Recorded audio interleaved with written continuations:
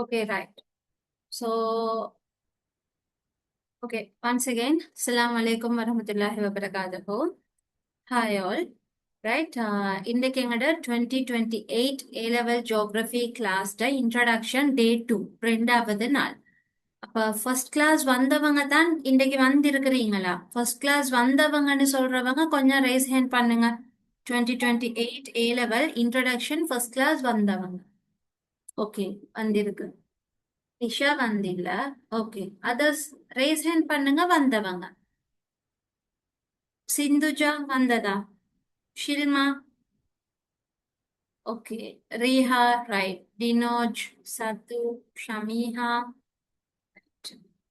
வந்திருக்கு.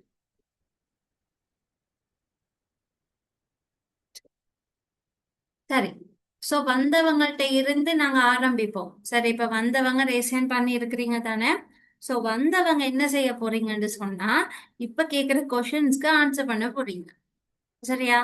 Right. So எனக்கு சொல்லுங்க, லாஸ்ட் கிளாஸ் நாங்க எக்ஸாம் பேப்பர்ட ஸ்ட்ரக்சரை பத்தி பார்த்தோம். ஓகே, எக்ஸாம் பேப்பர் எப்படி வரும், அதோட ஸ்ட்ரக்சர் என்ன மாதிரின்னு பார்த்தோம். சரி, அப்ப எனக்கு குயிக்கா இப்ப நீங்க செட் பாக்ஸ்ல ரிப்ளை பண்ணணும். அந்த ரிப்ளைஸ் வந்து வராதவங்களுக்கும் யூஸ்ஃபுல்லா இருக்கணும். என்ன கிளாஸ் அன்றைக்கு வராதவங்க மிஸ் பண்ணியிருப்பாங்க தானே, A-level ஜியோகிரபியோட பேப்பர் ஆக்சுவலி எப்படி இருக்கும்ன்ற விஷயத்த அவங்க மிஸ் பண்ணியிருப்பாங்க. அப்ப நீங்க என்ன செய்ய போறீங்கன்னு சொன்னா, அவங்களுக்கு ஹெல்ப் பண்ண போறீங்க, சொல்லி கொடுக்க போறீங்க. ரைட்? அப்ப ரெடி தானே எல்லாரும்? சது பார்த்து கொண்டதா? சுக்ரா, ராஷிதா எக்ஸாம் பேப்பர் ஸ்ட்ரக்சர் பார்த்ததா? எனக்கு ஷேரும் பண்ணியிருந்தீங்க பிக்ஸ். ஓகே, பார்த்திருக்க.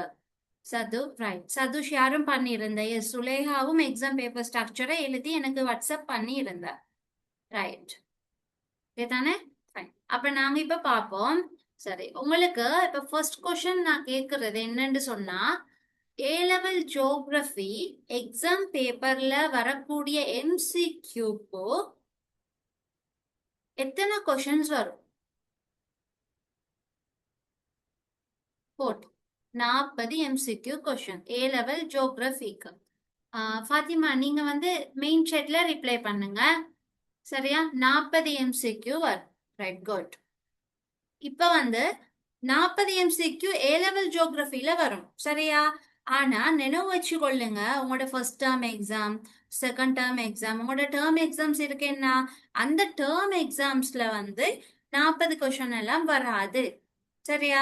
டேர்ம் எக்ஸாம்க்கும் A-level பேப்பர் நீங்க மார்க் பண்ணி கொண்டீங்க, அதுக்கும் சம்பந்தமே இருக்காது. பொதுவா அது ஆர்ட்ஸ்ல உள்ள பெரிய ஒரு வீக்கான பாயிண்ட். ஆர்ட்ஸ்ல வந்து நார்மலா கிரேட் 12 நீங்க A-level பேப்பர் மெத்தடுக்கு உண்மையாவே ஸ்கூல்ல டேர்ம் எக்ஸாம் ஒன்று செய்ய மாட்டீங்க. சரியா? ஸ்கூல் டேர்ம் எக்ஸாம்ல எல்லாம் 15 MCQ நீங்க போய் பார்த்ததும் விளங்கும். ஓகே, 15 MCQ, 20 MCQ அந்த மாதிரி தான் MCQs இருக்கும். பட் ரியலா A-level எக்ஸாம்ல 40 MCQ இருக்குமே. அப்ப நான் உங்களுக்கு தந்தது எக்ஸாம் பேப்பர் ஸ்ட்ரக்சர் வந்து உங்களோட டேர்ம் இல்ல, நான் தந்திருக்கிறது A-level பேப்பர். சரி, ரைட். அப்ப நெக்ஸ்ட் கொஸ்டின் குயிக், ஒரு 4 கொஸ்டின்ஸே. ரைட், இப்ப செகண்ட் கொஸ்டின் கேக்குறேன்னு ஆன்சர் பண்ணுங்க. A-level பேப்பர்ல வரக்கூடிய பிராக்டிக்கல் ஜியோகிரபியில கட்டாயமா 2 பார்ட் வரும்.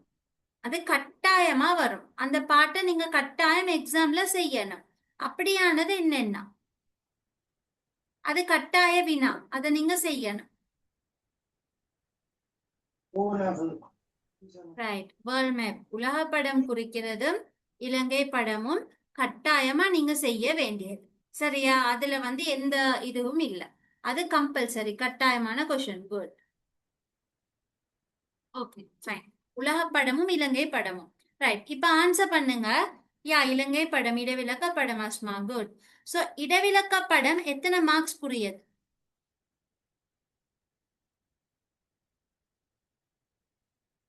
இடவிலக்க படம், எஸ், அது 20 மார்க்ஸ். பார்த்துட்டு வந்திருக்கணும், 20 மார்க்ஸ்.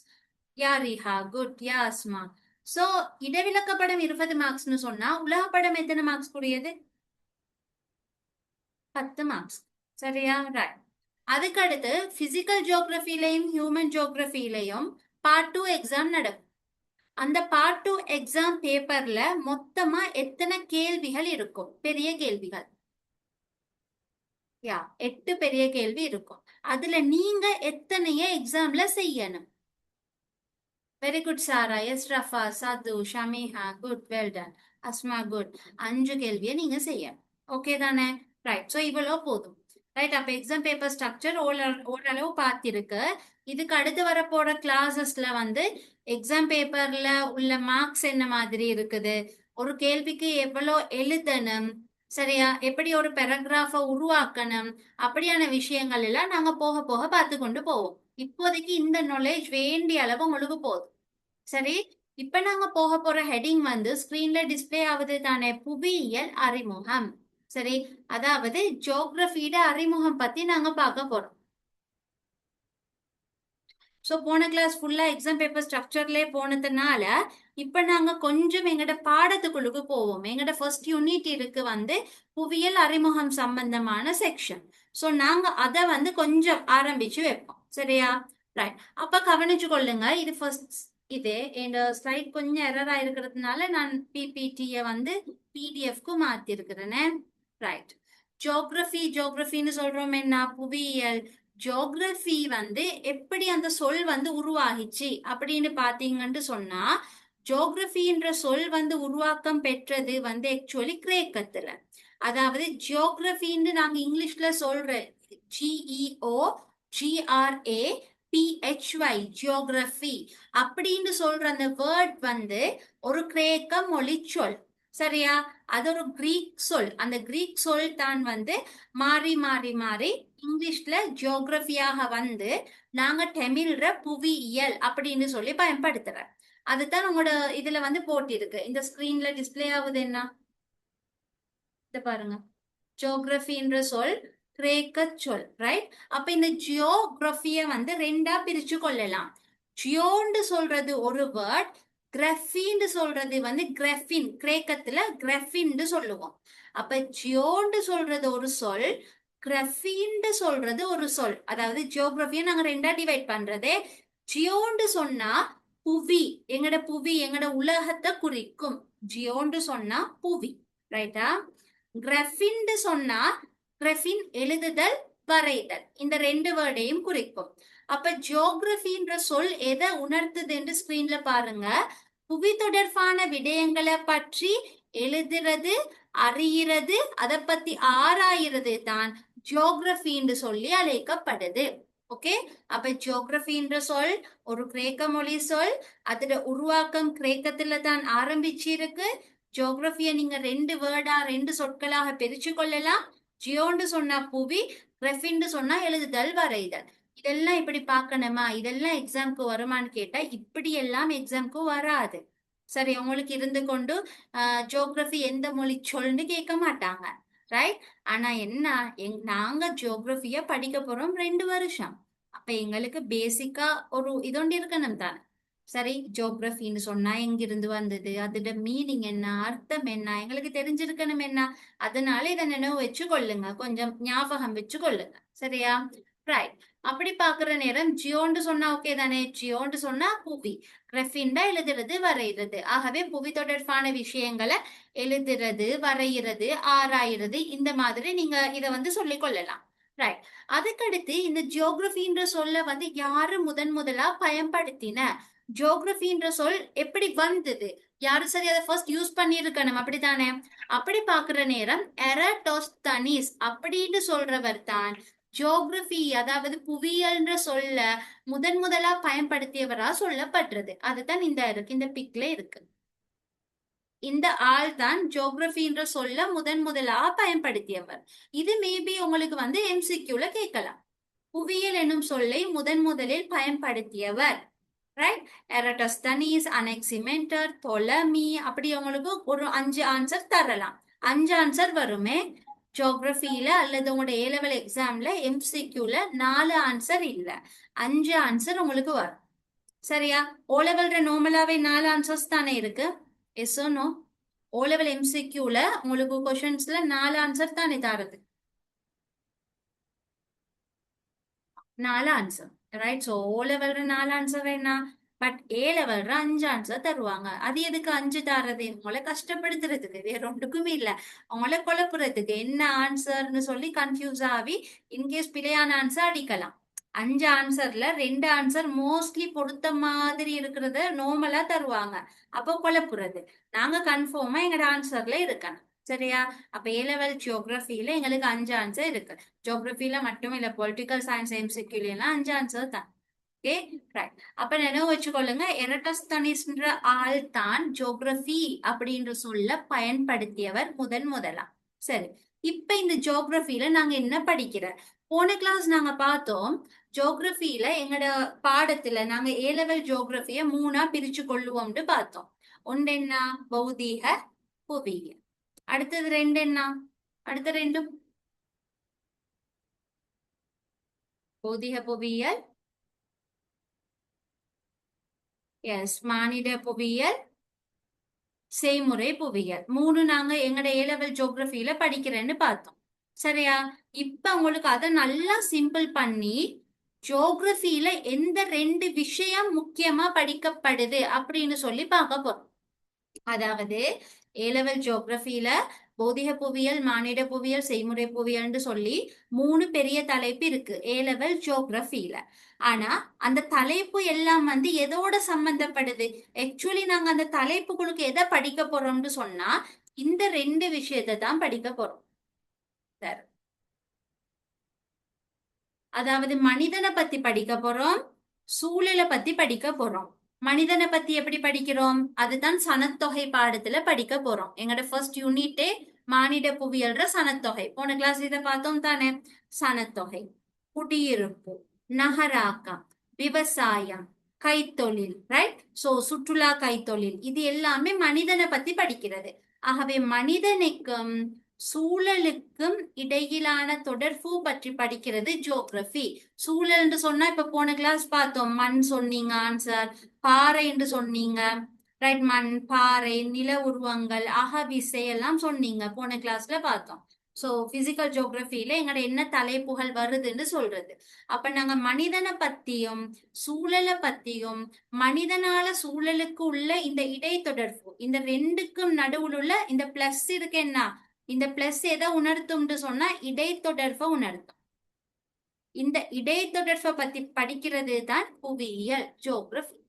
சரியா? அப்ப மனிதனுக்கும் சூழலுக்கும் இடையிலான இடைத்தொடர்பு பற்றிய கற்கை புவியியலாக சொல்லப்படுது.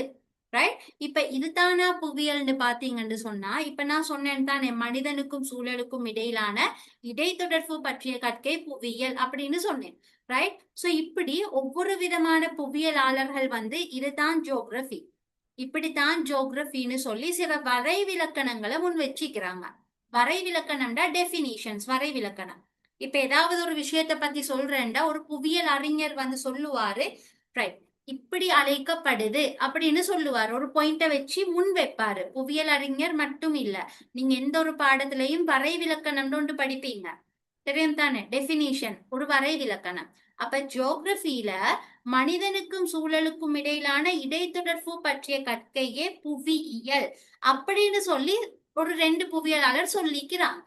அதை தவிர இன்னும் சில புவியியலாளர்கள் அவங்களுக்கு ஏத்த மாதிரி இதுதான் ஜியோகிராஃபி, இத பத்தி படிக்கிறது தான் ஜியோகிராஃபின்னு சொல்லி இருக்கிறாங்க. அப்ப அது எதுல வருதுன்னு சொன்னா புவியியலின் வரைவிலக்கணம்ன்ற தலைப்புல வரும். பேசிக்கா என்ன? மனிதன், சூழல் 2க்கும் இடையிலான தொடர்பு, அதுதான் எங்களோட ஒட்டுமொத்த பாடமும். ஏ லெவல்ல நாங்க படிக்கிற எல்லா பாடமும் அதுதான். ஆனாலும் வரைவிலக்கணங்கள் ஒவ்வொரு புவியியலாளர்கள் சொல்லி இருக்கு. அப்ப அதை வந்து இங்க பாருங்க. ஓகேயா? இந்த பாருங்க, பீட் அப்படின்னு சொல்றவரு புவியியலை பத்தி என்ன சொல்லிக்கிறாரு? புவியியல் வந்து சமூகத்துக்கும் இயற்கை சூழலுக்கும் இடையிலான இடைத்தொடர்பு பற்றி மிக ஆழமாக வேறுபட்ட மட்டங்களில் ஆராயும் கற்கை. சோ பீட்ட கருத்து இது. பீட்னு சொல்ற ஒரு புவியியலாளர் ஜியோகிராஃபின்டா எனக்கு இதுதான் அப்படின்னு சொல்லி ஒரு வரி ஒன்றை சொல்லிக்கிறாரு. அதே மாதிரி கார்ல் ரிட்டர் வோன் கம்போல்ட்னு சொல்ற புவியியலாளர்கள் சொல்லி இருக்கு. நாங்க ஃபர்ஸ்ட் பார்த்தத மனிதனுக்கும் சூழலுக்கும் இடையிலான இடைத்தொடர்பு, அந்த தொடர்பை பத்தி படிக்கிறது தான் புவியியல். இப்படி ஒவ்வொரு புவியியலாளர்கள் இதுதான் ஜியோகிராஃபின்னு சொல்லி வரைவிலக்கணம் சொல்லிக்கிறாங்க.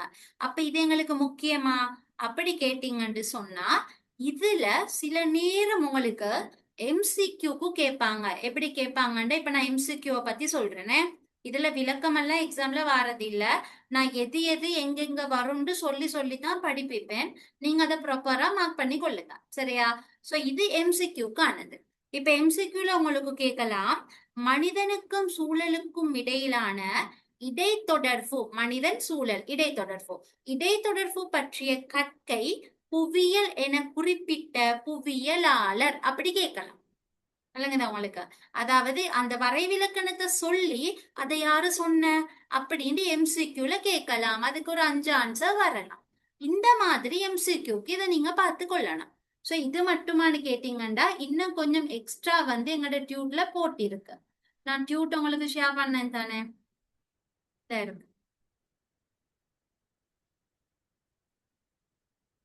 நான் உங்களுக்கு ஸ்லைட்ல காட்டிக்கிறது போன், இந்த கால்ஜிட்டட் போன் கம்போல்ட்டும், அடுத்தது வந்து பீட்டும். மத்தபடி ஹெகட் சொல்லி இருக்கிறாரு பாருங்க, மனிதன் வாழும் புவி மேற்பரப்பு பற்றிய கல்வி தான் புவியியல்னு சொல்லி இருக்கு. ரிச்சர்ட் ஹட்சன் என்ன சொல்லி இருக்கிறாரு, பரப்பு ரீதியான வேறுபாடுகளை கற்றல் புவியியல். இந்த மாதிரி இவங்களோட வரைவிலக்கணம் எம்சிக்யூக்கானது. சரியா? இது எம்சிக்யூ. என் குரூப்ல உள்ளவங்களுக்கு நான் டியூட் ஷேர் பண்ணி இருக்கிறேன். சரியா? என்ன குரூப்ல இல்லாம வெளியே ஏதாவது குரூப்ஸ்ல லிங்க் ஷேர் ஆகி வந்திருந்தீங்கன்னு சொன்னா உங்களுக்கு இந்த டியூட்டும் கிடைச்சிருக்காது. சரி, இது இன்ட்ரடக்ஷன் டே 2 கிளாஸ். ஸோ நீங்க வந்து என்ன கண்டெக்ட் பண்ணி டியூட்னு மட்டும் டைப் பண்ணி போட்டு விடுங்க. வேற ஒன்றும் இல்லை, டியூட்னு சொல்லி மட்டும் டைப் பண்ணி போடுங்க. சரியா? என் கண்டெக்ட் நம்பர் இதுதான்.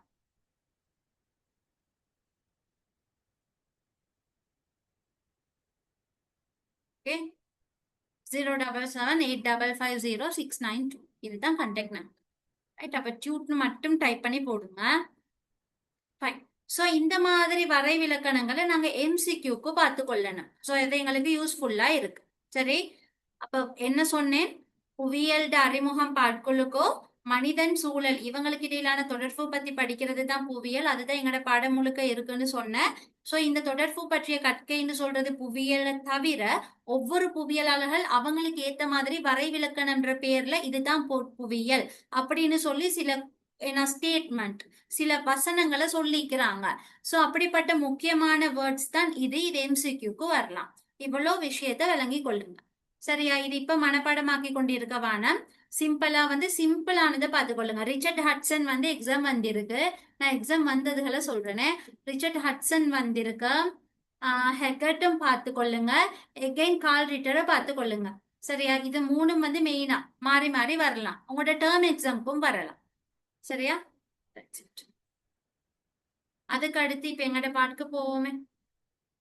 இது ஓகே தானே? ரைட். இப்ப இந்த ஜியோகிரபியில முக்கியமான 3 கொஸ்டின்ஸ் இருக்கு, 3 வினாக்கள் இருக்கு. இந்த 3 வினாக்கள் வந்து ஜியோகிரபியில முன்வைக்கப்படுற வினாக்கள். அதாவது ஜியோகிரபியில எந்த ஒரு விஷயமும் இந்த 3 கேள்வியோட தொடர்பு பட்டது. இந்த 3 கேள்வி எந்த ஒரு விஷயமும் தொடர்பு பட்டதுன்னு சொன்னா இந்த 3 கேள்வியும் கலந்து தான் உங்களோட ஏ லெவல் பேப்பர். சிம்பிளா சொல்ல போனா உங்களோட ஏ லெவல் எக்ஸாம் பேப்பரே இந்த 3 கேள்வியை வச்சு கொண்டுதான் பாரது. அதுக்கு நீ இந்த 3 கேள்விய டைப் பண்ணி போடுவாங்கன்னு சொல்லல. இந்த 3 கேள்வியுடையும் மையம் இருக்கே, இந்த 3 கேள்வியை இப்ப நாங்க டீட்டெயிலா பார்ப்போம். இந்த கேள்வி தான் இதுக்குள்ளுக்கா நிறைய கேள்வி இருக்கு. அதுதான் உங்களோட ஃபைனல் ஏ லெவல் பேப்பர்ல வரும். சரியா? அப்ப ஜியோகிரபியில 3 கேள்விகள் இருக்கு. அதுல நம்பர் 1 இருக்கு பாருங்க, சூழல் மனிதனில் எவ்வாறு செல்வாக்கு செலுத்துகின்றது. நம்பர் 1 எடுத்துக்கொள்ளுவோமே.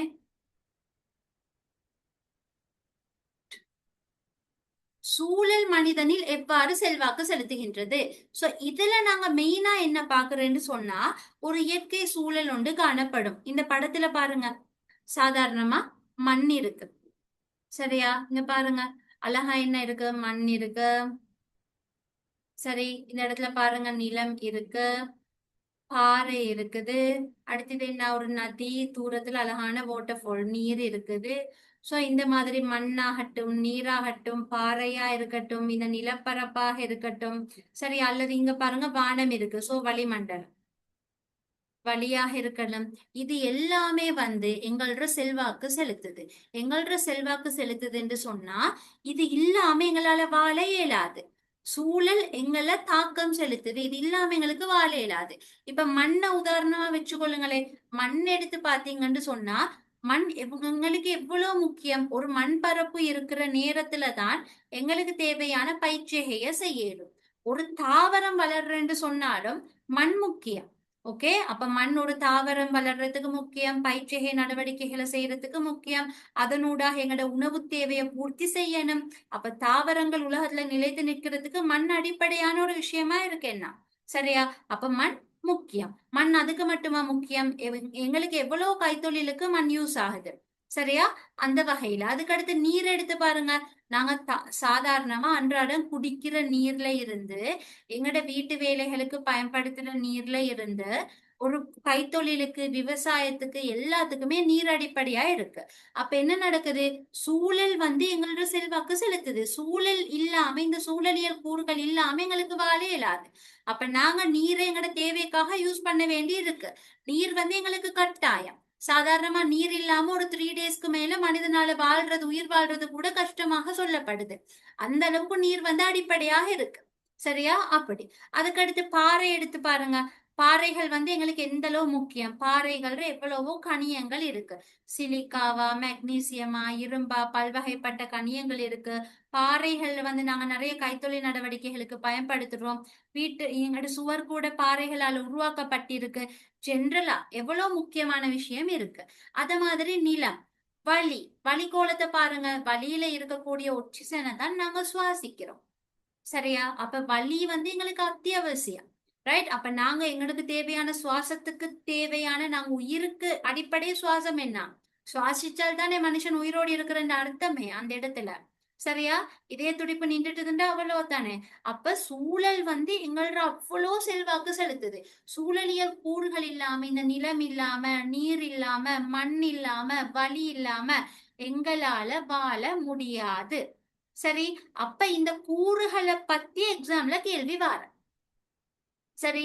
எக்ஸாம்ல உங்களுக்கு மண்ணை பத்தி கேள்வி வரும், வளிக்கோளத்தை பத்தி கேள்வி வரும், பாறைகள் பத்தி கேள்வி வரும், நீரை பத்தின கொஸ்டின் வரும், விளங்குதா? அப்ப இந்த சூழலியல் கூறுகள் எங்களுக்கு முக்கியம். சோ சூழல் எங்கள எப்படி செல்வாக்கு செலுத்துறன்றத பத்தி உங்களுக்கு எக்ஸாம்ல கேள்வி வரும். உங்களுக்கு இப்ப கேட்பாங்க ஒரு கொஸ்டின், உதாரணத்துக்கு வளிக்கோளத்தை பத்தி கேள்வி வந்ததுன்னா வளிக்கோளத்தின் முக்கியத்துவம்னு கேட்பாங்க. பாறைகளை பத்தி கேள்வி வந்ததுன்னா பாறைகளின் பொருளாதார முக்கியத்துவம்னு கேட்பாங்க, சரி? சோ ஜென்ரலா நினைவு வச்சுக்கொள்ளுங்க. நீங்க படிக்கிற இந்த சூழல் விஷயம் இருக்குது தானே, இந்த சூழல் எல்லாமே உங்களோட பெரிய பெரிய பிசிக்கல் ஜியோகிரபியோட பெரிய கொஸ்டின்ஸ், 20 மார்க்ஸ்க்கான கேள்வி, சரியா? இது பேசிக், இது 2028க்கான கிளாஸ் தானே. அதனால இது ஜஸ்ட் வந்து உங்களுக்கு இந்த ஜியோகிரபி பாடம்ல என்னென்ன இருக்குன்னு சொல்லி மெயினா போக்கஸ் பண்றேன். ஈவன் 2027 வந்திருந்தாலும் ஒரு ஐடியா ஒன்று எடுத்துக்கொள்றதுக்கு இந்த கிளாஸ் நல்லம் தான். இப்போ இன்ட்ரெஸ்ட் ஒன்று இருக்கணும் தானே. ஓகே, நாங்க எங்களோட சூழலை பத்தி படிக்கிறோம், அதுக்காக இந்த கிளாஸ் ஓகே தான். ஆனா இது 2028க்கு மெயினான கிளாஸ், ரைட்? அப்படி எங்களுக்கு சூழல் விஷயம் ஓகே தானே. எங்களோட ஃபர்ஸ்ட் கொஸ்டின் அது, சூழல் மனிதன்ல எப்படி செல்வாக்கு செலுத்துற. இப்ப நீர் எங்களுக்கு தேவை, குடிச்சு கொள்றோம். மண் எங்களுக்கு தேவை, தாவரங்கள் வளருது, இதெல்லாம் ஓகே. அடுத்த கொஸ்டின் என்னன்னு சொன்னா, மனிதன் சூழலை எவ்வாறு மாற்றி அமைக்கிறான். சூழல் அழகா இருக்குது, தண்ணி இருக்கு, நீர் ஓடையில ஓடுது, அருவில ஓடுது, குடிக்கிறோம். மண் இருக்கு, மண்ல தாவரங்கள் வளருது, ஓகே, தாவரத்துல இருந்து பழங்களை பறிக்கிறோம், சாப்பிடுறோம், ஓகே, ரைட்? சோ ஜென்ரலா சூழல் அப்படியே இருக்கு. ஒரு இமேஜின் பண்ணிக்கொள்ளுங்க, கற்பனை பண்ணிக்கொள்ளுங்க. நிலம், நீர், வளி எல்லாமே அதோட பாட்டுக்கு இருக்கு.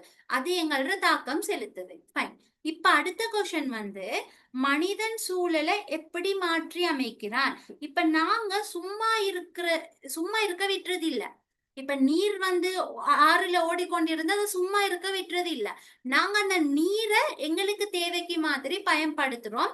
அந்த நீரை கொண்டு மின் சக்தி, ஓகே, நீர் மின் சக்தி நாங்க பயன்படுத்துறோம். கைத்தொழில் நடவடிக்கைகளுக்காக நாங்க அதை எடுத்துக்கொள்றோம். பெரிய பெரிய அணைக்கட்டுகளை கட்டுறோம், நீர்த்தேக்கங்களை உருவாக்குறோம், விளங்குதா? சோ நாங்க என்ன செய்யறோம்னு சொன்னா சூழலை மாத்துறோம். அதே மாதிரி இந்த படத்துல பாருங்க, மண் இருக்கு, மண்ணுல தாவரங்கள் நேச்சுரலா இயற்கையான முறையில வளருது. அதைத்தான் நீங்க காட்டுல பாப்பீங்க. காட்டுல யாரும் சரி மரத்தை வந்து நட்டிட்டு வாரது இல்லைன்னா அது இயற்கையான முறையில வளருது. சோ மனிதன் சூழலை எப்படி மாற்றி அமைக்கிறான்? அந்த மண்ணுல அவனுக்கு தேவையான பயிற்சிகைய பயிரிடுறான். தேயிலைய மனிதன் பயிரிடுறான், நெல்ல மனிதன் பயிரிடுறான், இரப்பர பயிரிடுறான், தெங்க பயிரிடுறான். சோ இந்த மாதிரி மனிதன் இருக்கிற சூழலை மாத்துறான். ரைட்? அப்ப என்ன நடக்குது? பயிற்சிகைக்காக மாத்துறான், அல்லது விவசாயத்துக்காக மனிதன் மாத்துறான்.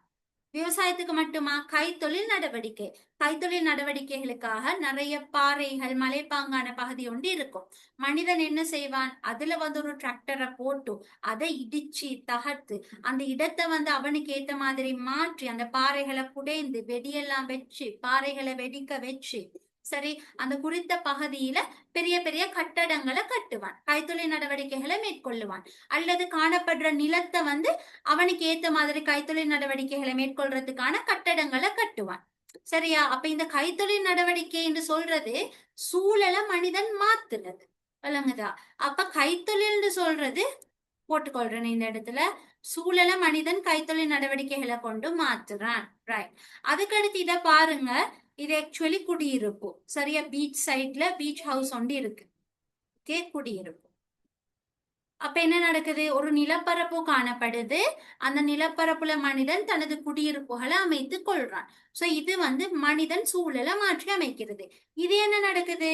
Exam question. உங்களுக்கு எக்ஸாம்ல விவசாயத்துல இருந்து கேள்வி வரும், கைத்தொழில இருந்து கேள்வி வரும், குடியிருப்புல இருந்து கேள்வி வரும். சோ ஃபர்ஸ்ட் கொஸ்டின் பார்த்தோம், சூழல் மனிதன்ல எப்படி செல்வாக்கு செலுத்துற, அதுல இருக்கிற சூழலியல் கூறுகள் உங்களோட பௌதிக புவியியல் எக்ஸாம் கொஸ்டின்.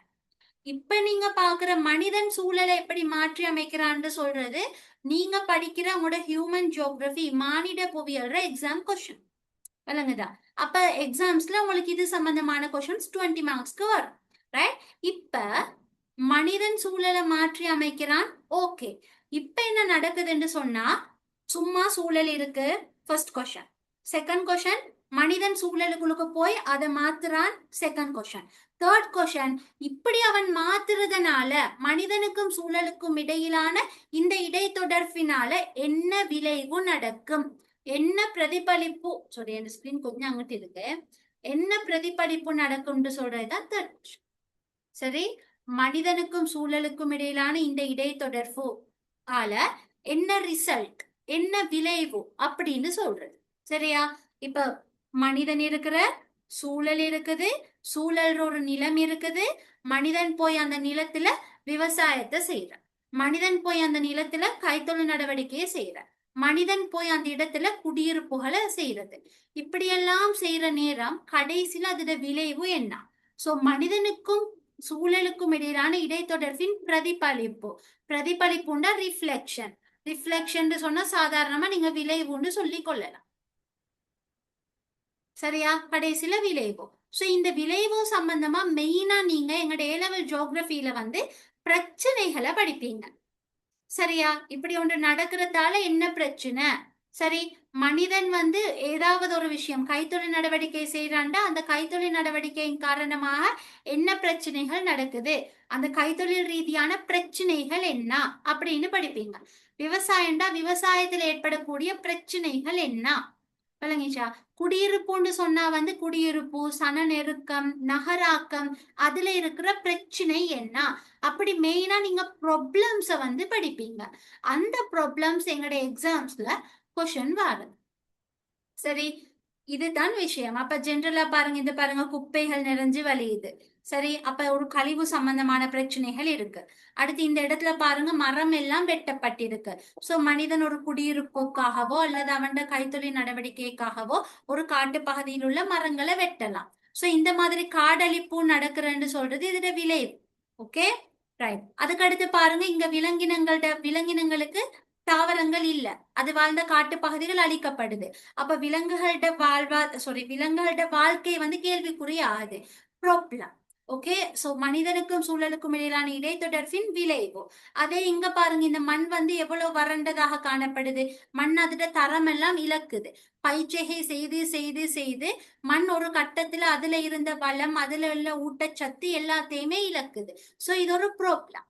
அப்ப ஜியோகிரபில நீங்க என்ன செய்யறன்னு சொன்னா இந்த 3 கேள்விக்குமான விடைகளை தான் ஒவ்வொரு பாடத்திலையும் பிசிக்கல் ஜியோகிரபியில் இருக்கக்கூடிய 14 யூனிட், ஹியூமன் ஜியோகிரபியில் இருக்கக்கூடிய 12 யூனிட், எல்லாத்துலயும் நீங்க பாக்குறது இந்த மெயின் 3 கொஸ்டினுக்கான ஆன்சர்ஸை தான் தேடி தேடி படிக்கிறது. ஓகேயா? அப்ப இதுக்கு எக்ஸ்ட்ரா நோட் எல்லாம் தேவையில்லை, ஜஸ்ட் ஐடியாவை எடுத்துக்கொள்ளுங்க. ஓகே, இப்படித்தான் இந்த 3 விஷயம் தான் முக்கியம்.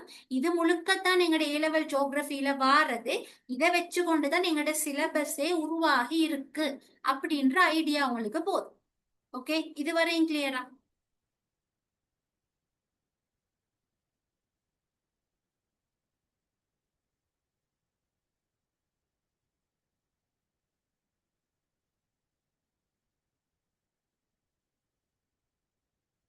Okay, clear. ஓகே, இன்னொரு தடவை அந்த 3 கொஸ்டினை பாருங்க. இன்னொரு தடவை எகைன் கொஞ்சம் பாருங்க. சரி, புவியியலின் 3 வினா இதுதான். சூழல் மனிதனில் எவ்வாறு செல்வாக்கு செலுத்துறது? எக்ஸாம்பிள் வந்து நிலம் அல்லது மண் உதாரணம். சரியா? மண் வந்து எங்களுக்கு கட்டாயமா தேவை, பயிரினங்கள் தாவரங்கள் வளர்றதுக்கு. மனிதன் சூழல் எப்படி மாற்றி அமைக்கிற? அந்த மண்ல போட்டு விவசாயம் செய்யுது, அல்லது அந்த மண்ல வந்து கைத்தொழில் நடவடிக்கையை செய்யுது. ஏதாவது மனிதனுக்கும் சூழலுக்கும் இடையிலான இடைத்தொடர்பின் பிரதிபலிப்பு யாது? சோ இப்படி செய்யறதுனால என்ன விளைவு நடக்கும்? சோ என்ன மாதிரியான விளைவு? சோ இது வந்து சமூகத்துக்கு என்ன விளைவு, சூழலுக்கு என்ன விளைவு, என்ன மாதிரியான ப்ராப்ளம்ஸ் அப்படின்றத நீங்க வேறையா படிப்பீங்க. சோ இது ஃபுல்லா தான் உங்களோட ஜியோகிரபியில கேட்கப்படுற கண்டென்ட். சரி, ரைட். சோ இது ஓகேன்னு சொன்னா ஃபைன். இப்ப நீங்க அதுக்கு அடுத்து வந்து முக்கியமான பார்ட் ஒன்று பார்க்க போறீங்க. சரியா? இந்த 3 தான் ஜியோகிரபி கண்டென்ட்.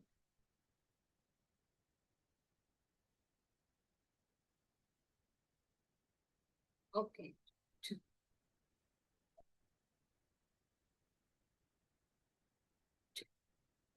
சோ இப்ப கவனிங்க இந்த பாயிண்ட். பௌதிக சூழல், மானிட சூழல், மனித செயற்பாடுகள் இடத்துக்கிடம் வேறுபடுது. சரியா? அது எப்படின்னு சொன்னா, இது இப்ப கடைசியா நீங்க பாக்குற ஒரு முக்கியமான விஷயம். இந்த இடத்துல நாங்க விவசாயம் செய்யறேன்னு சொன்னா அதுக்கேற்ற நிலப்பரப்புல நாங்க விவசாயம் செய்யறது. சரியா? கட்டட நிர்மாணிப்புன்னு சொன்னா எல்லா இடத்துலயும் உலகத்துல கட்டட நிர்மாணிப்பு இல்ல. விளங்கி கொள்ளுங்க. நீங்க வந்து ஹியூமன் ஜியோகிரபியில படிக்கிற பார்ட்ஸ் வந்து பிசிக்கல் ஜியோகிரபியோட சம்பந்தப்படுது. சரி, இப்ப அதுல குடியிருப்புன்னு வச்சுக்கொள்ளுங்களேன். உதாரணமா குடியிருப்பு, குடியிருப்பு எடுத்தீங்கன்னு சொன்னா இப்ப நாங்க சொன்னோம் தானே, ஒரு நிலம் இருந்தா அதுல குடியிருப்பு மேற்கொள்ற, குடியிருப்பை உருவாக்குற. ஒரு நிலம் இருந்தா அங்க விவசாய நடவடிக்கை செய்யற. ஆனா அதுல உள்ள கொஸ்டின் என்னன்னா, எல்லா இடமும் அதுக்கு பொருத்தமாட்டு சொல்ற. சரியா? அந்த பொருத்தத்துக்கேற்ப வேறுபடக்கூடியதா இருக்கும். சரி, இப்ப குடியிருப்பு அமைக்கிறேன்னு சொன்னா அதுக்கு சாதகமான ஒரு தரை தோற்றம் தேவை. சரி, ஒரு நல்ல ஒரு அதுக்கு ஏற்ற மாதிரி மக்கள் போய் வாழ்ற மாதிரி காலநிலை தேவை. அந்த இடங்கள்ல தான் மக்கள் குடியிருப்பு அமைச்சு வாழுவாங்க. சரியா? அந்த குடியிருப்புகள்ல தான் அதிகமாக மக்கள் வாழுவாங்க. இப்ப சாதகமான காலநிலை இல்லைன்னு சொன்னா மக்கள் அங்க போக மாட்டாங்க. என்னதான் சூழலியல் கூறுல வழின்னு சொல்றது முக்கியம்னு சொன்னாலும் காலநிலை பொருத்தமாக இருந்தால்தான் மக்கள் அங்க வாழுவாங்க. சஹாரா பாலைவனத்துல போய் லட்சக்கணக்கான மக்கள், ஆயிரக்கணக்கான மக்கள் குடியிருப்ப வீட கட்டி கொண்டு வாழ மாட்டாங்க. அதே மாதிரி குளிரான பகுதிகள், ஆர்டிக் அந்தார்டிக் பகுதிகளோ, ஐஸ்லாந்து பகுதிகளோ, கிரீன்லாந்து பகுதிகளோ அதிகமான மக்கள் போய் வாழ மாட்டாங்க. ஏன்னா வாழ்றதுக்கு பொருத்தம் இல்லை. சரியா? அப்ப சூழல் இருந்தாலும் அந்த இடத்துல வந்து வாழ்றதுக்கு பொருத்தமா, குடியிருப்பு அமைக்கிறதுக்கு பொருத்தமா, கைத்தொழில் நடவடிக்கைகளை மேற்கொள்றதுக்கு பொருத்தமா அப்படின்ற ஒரு விஷயம் இருக்கு. சரியா? அப்ப அதெல்லாம் வந்து நீங்க என்ன செய்வீங்கன்னு சொன்னா ஜியோகிரபி படிக்க படிக்க பாப்பீங்க. இப்ப சனத்தொகைன்னு எடுத்தீங்கன்னா மக்கள் எல்லாரும் போய் எங்க குடியிருப்பு அமைப்பாங்க, எது அவங்களுக்கு பொருத்தமான இடம், எது அவங்களுக்கு பொருத்தமற்ற இடம், அந்த கண்டென்ட் எல்லாம் உங்களோட பாடத்துல வரும். சரியா? அப்ப இது வந்து பேசிக்கான ஒரு விஷயம். இது என்ன சரி கன்ஃபியூஷனா இருக்குண்டா ஜஸ்ட் நோட் பண்ணி கொள்ளுங்க. இது புறவு புறவு படிக்கிற நேரம் உங்களுக்கு கிளிக் ஆகும். அப்ப அதுதான் இந்த தலைப்புல உங்களுக்கு போட்டி இருக்கிறது. பௌதிக சூழல், மானிட சூழலுக்கேற்ப மனித செயற்பாடு இடத்துக்கிடம் வேறுபடும். அதுதான் வேறுபாடு. இங்க பாருங்க, இங்க அதிகமான மக்கள் குடியிருப்பு அமைச்சு வாழ்றாங்க. இங்க என்ன நடக்குதுன்னு பாருங்க, இக்லூ வீடுகள், குளிர் பகுதிகள்ல இக்லூ மாதிரியான வீடுகள் கட்டப்பட்டு சில பழங்குடிகள், முக்கியமாக எஸ்கிமோ அந்த மாதிரியவங்க வாழுவாங்க. எல்லா இடத்துலயுமே எல்லாம் நடக்கிறது இல்லை. சரியா? அப்ப நீங்க குறிப்பிடப்பட்ட சில விஷயங்களை மட்டும் வச்சு படிப்பீங்க. சரி, அதுதான் இங்கேயும் இருக்கு. Okay, right. எகைன் மண்ணுக்கும் அதே கேஸ் தான். ரைட், பயிற்சிகைக்கு சாதகமான இடமும் இருக்கு, பயிற்சிகை நடக்காத இடமும் இருக்கு. சோ இப்ப சொன்னதை வச்சு எல்லாத்துக்கும் அது பொருத்தம்னு அர்த்தம் எடுக்கப்படாது. நாங்க இருக்கிறதுக்கு பொருத்தமான இடத்துல தானே நாங்க வாழுவோம். அதுதான் இங்குள்ள கான்செப்ட். ரைட். அதுக்கு அடுத்து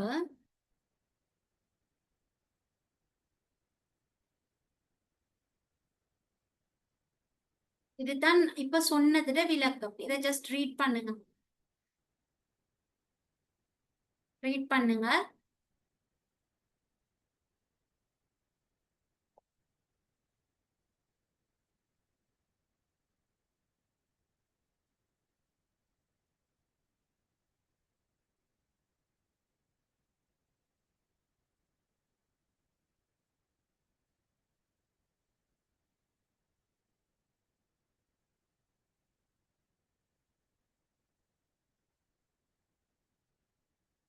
ஓகே.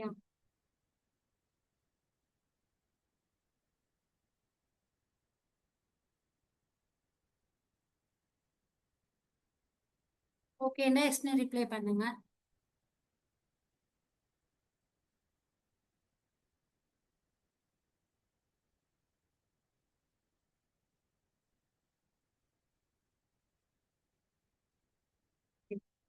இது வந்து பெரிய ஒரு 4-5 வரியா இருக்கு. அதை பத்தி கன்ஃபியூஸ் ஆகாதீங்க. இதுல என்ன சொல்லப்படுதுன்னு சொன்னா, கவனிங்க. ஜியோகிரபில நீங்க என்ன செய்ய போறீங்கன்னா, பௌதீக மானிட சூழல். பௌதீகம் தெரியும், மானிட சூழல் தெரியும். ரைட், படிச்சீங்க தானே? பௌதிகம் இயற்கை, மானிடம் வந்து மனிதனால மேற்கொள்ளப்படுற இந்த ரெண்டுக்கும் இடையிலான தொடர்பு. அப்ப தொடர்புல தான் விவசாயம் உருவாகுது, தொடர்புல தான் கைத்தொழில் நடவடிக்கை உருவாகுது, தொடர்புல தான் குடியிருப்புகள் உருவாகுது. சரியா? இந்த ரெண்டுக்கும் இடையிலான தொடர்பு காலத்துக்கும் இடத்துக்கும் மாதிரி வித்தியாசப்படுது. சரியா? அது எப்படி வித்தியாசப்படுது? இப்ப சொன்னோமேனா, குடியிருப்பை யாரும் போய் ஆயிரக்கணக்கான மக்கள் சஹாரா பாலைவனத்துல போய் குடியிருப்பை மேற்கொள்ள மாட்டாங்க. சரியா? ஏன்னா அங்க இருக்கிறது வந்து பொருத்தம் இல்ல. குளிர் பிரதேசத்துல வாழுவாங்களா? அங்க இருக்கிறது பொருத்தம் இல்ல.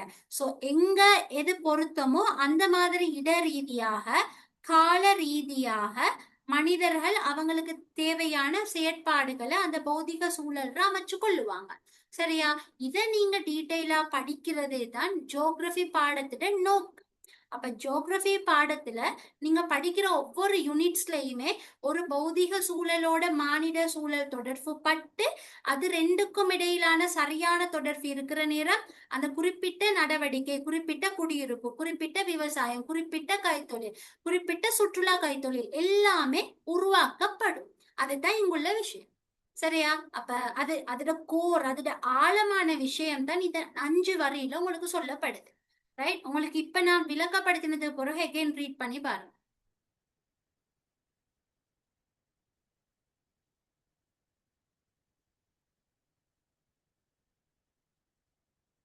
மாறுபட்டுள்ள விதம் அதுதான், வித்தியாசம் தானே. இப்ப சில இடத்துல விவசாயம் நடக்கும், சில இடத்துல கைத்தொழில் நடக்கும், சில இடத்துல அகழ்வு கைத்தொழில் நடக்கும். அந்தந்த இடத்துக்கு பொருத்தமானது தானே நடக்கும்.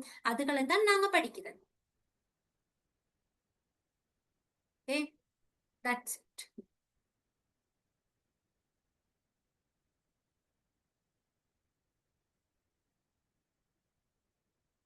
ஜாரா ரீட் பண்ணியாச்சா? ராஷிதா ஓகேயா?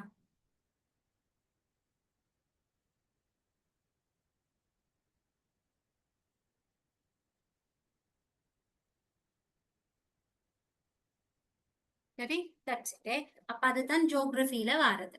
அப்போ உங்களுக்கு ஓரளவு ஐடியா வந்திருக்கும்னு நினைக்கிறேன். இருந்தாலும் இன்னும் கொஞ்சம் ஐடியா எடுத்துக்கொள்ளுவோம். ஜியோகிரபியோட நோக்கம் என்ன அப்படின்னு சொல்றது முக்கியம். நீங்க மேல பார்த்தது அடிப்படை, அது பேசிக். அந்த ஃபுல்லா ஜியோகிரபி பாடத்தோட அடிப்படையே அதுதான். பௌதிக சூழல், மானிட சூழல் இடையிலான தொடர்பை கால ரீதியாக, பிரதேச ரீதியான மாற்றத்தோட படிக்கிறது தான் ஜியோகிரபி. அது அடிப்படையான நோக்கம். அதை தவிர ஜியோகிரபின்னு சொல்ற பாடத்தை நீங்க படிக்கிறதுனூடாக என்னென்ன விஷயம் உங்களுக்கு கிடைக்கும் அப்படின்ற ஒரு விஷயம் இருக்கு. என்ன அதை நாங்க பார்க்க போறோம். இந்த பாயிண்ட் மிக முக்கியமானது, நீங்க ஏ லெவல் ஜியோகிரபியை இன்ட்ரெஸ்டா படிக்கிறதுக்கு. சரி, ஏ லெவல் ஜியோகிரபியோட நன்மை என்ன?